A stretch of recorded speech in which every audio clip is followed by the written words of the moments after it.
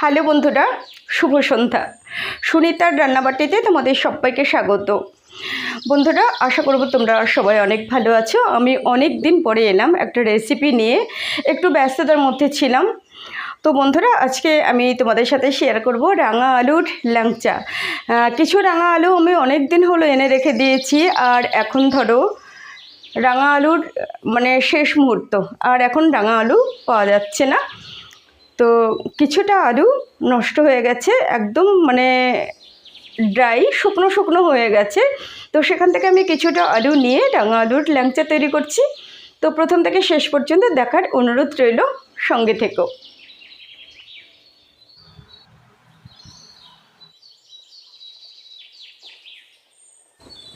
তো এই দেখো বন্ধুরা, আলুগুলো একটু শুকিয়ে গেছে। আমি যখন কিনেছিলাম খুবই সুন্দর ছিল, টাটকা।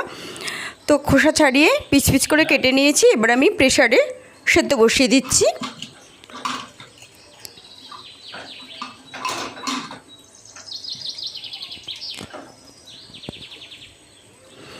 সেদ্ধ করা হয়ে গেছে, এবার আমি নামিয়ে নিয়ে এসেছি।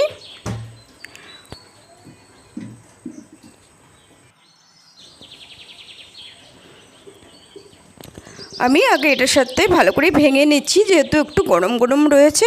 ভাঙা হয়ে গেলে আমি হাতের সাহায্যে ভালো করে চটকিয়ে নেব, যাতে একটু দানা দানা না থাকে। তো এবার আমি হাতের সাহায্যে চটকিয়ে নিয়েছি। এবার আমি দিয়ে দেব 4 চামচ মতো ময়দা।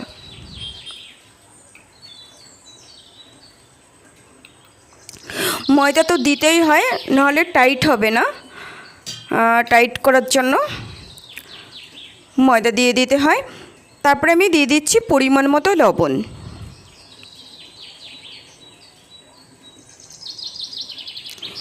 এবার ময়দার সাথে আমি একটু মাখিয়ে নিচ্ছি।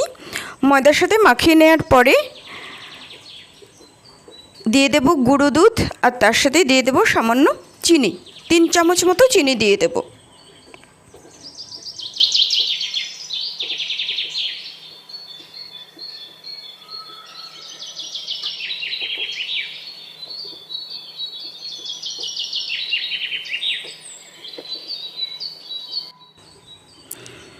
মাখিয়ে নিয়েছি। এবার গুঁড়ো দুধ দিয়ে দিচ্ছি 2 প্যাকেট গুঁড়ো দুধ। আমি দিয়ে দিচ্ছি 10 টাকা প্যাকেটের 2টো প্যাকেট গুঁড়ো দুধ।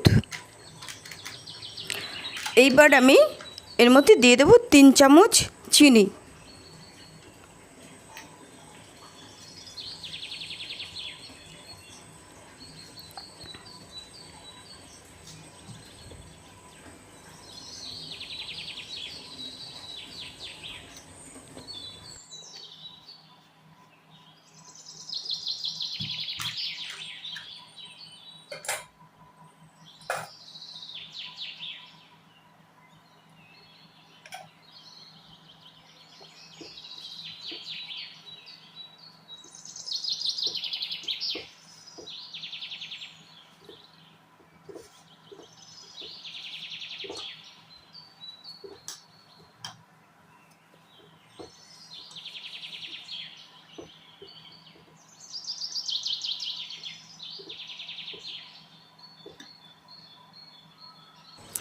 গুঁড়ো দুধ দিয়ে ভালো করে চটকে মাখিয়ে নিলাম। এইবার আমি হাতে একটু ঘি লাগিয়ে নিলাম। তারপরে ল্যাংচাগুলো তৈরি করে নিচ্ছি। আমি লম্বা করে একটু বড় সাইজের ল্যাংচাগুলো তৈরি করব। তোমরা চাইলে তোমাদের পছন্দ মতো তোমরা তৈরি করতে পারো।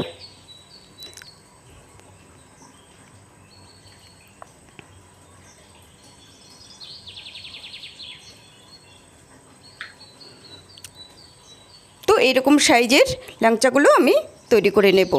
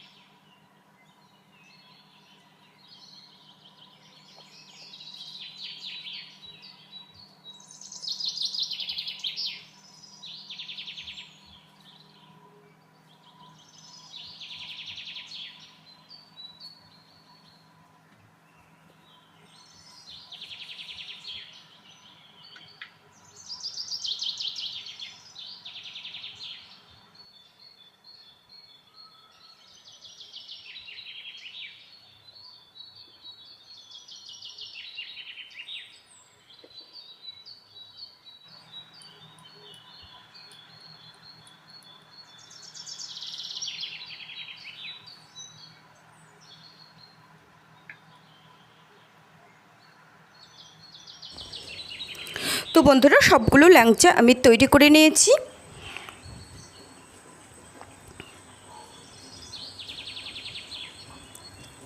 এইবার কড়াইতে তেল দিয়ে দিয়েছি, একটা ওভেনে তেলটা হতে থাকবে, আর আমি আরেকটা ওভেনে চিনির শিরাটা তৈরি করে নেব।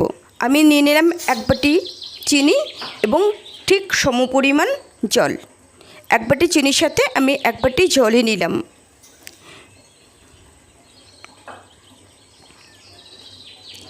যেহেতু সমপরিমাণ জল নিয়েছি, তার জন্য বেশিক্ষণ জাল দেওয়ার কোনো প্রয়োজন নেই, শুধু চিনিটা গলে গেলেই হয়ে যাবে। তো এবার আমি 2টো এলাচ থেতো করে দিয়ে দিলাম। চিনিটা গলে গেছে, তারপরেও আমি 2 মিনিট মতো জাল দিয়ে নিচ্ছি।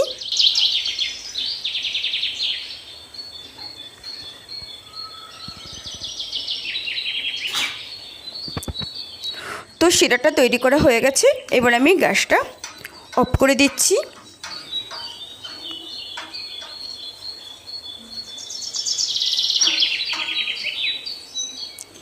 এইবার আমি ল্যাংচাগুলো তেলে ভেজে নিয়ে তারপরে তৈরি করে রাখা চিনি শিরার মধ্যে ল্যাংচাগুলো ছেড়ে দেব। তো সবগুলো ল্যাংচা আমি একসাথে ভেজে নেব।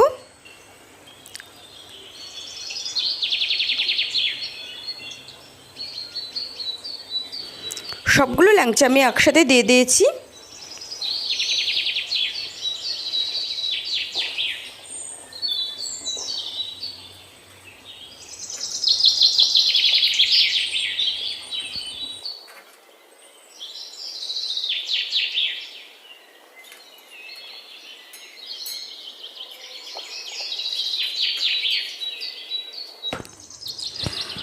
তো বন্ধুরা, ভাজা হয়ে গেছে, এবার আমি তুলে নেব। তুলে নিয়ে তৈরি করে রাখা শিরার মধ্যে একটা একটা করে তুলে একটা একটা করে আমি শিরার মধ্যে ছেড়ে দিচ্ছি।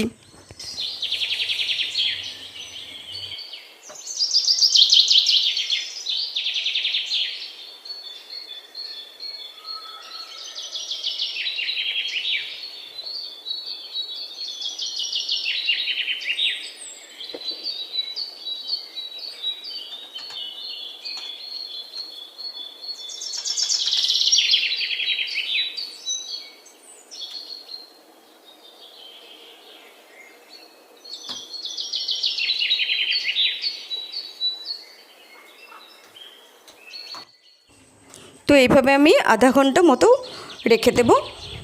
তো বন্ধুরা, আধা ঘন্টা পরে ফিরে এসেছি। এমনিতেই ল্যাংচাগুলো অনেকটাই নরম হয়ে গেছে। আধা ঘন্টা পরে ফিরে এসেছি, তোমাদের একটু দেখিয়ে দিই কেমন নরম হলো। তো এই দেখো, অনেকটাই নরম হয়ে গেছে।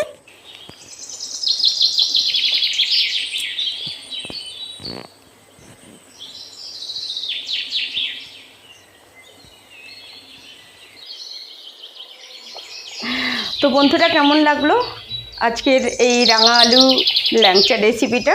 তোমরা আমাকে কমেন্টস করে জানিও। আর তোমাদের যদি ভালো লাগে তাহলে তোমরা বাড়িতে ট্রাই করো। দেখা হবে নেক্সট রেসিপিতে। তোমরা সবাই অনেক অনেক ভালো থেকো, সুস্থ থেকো। টাটা।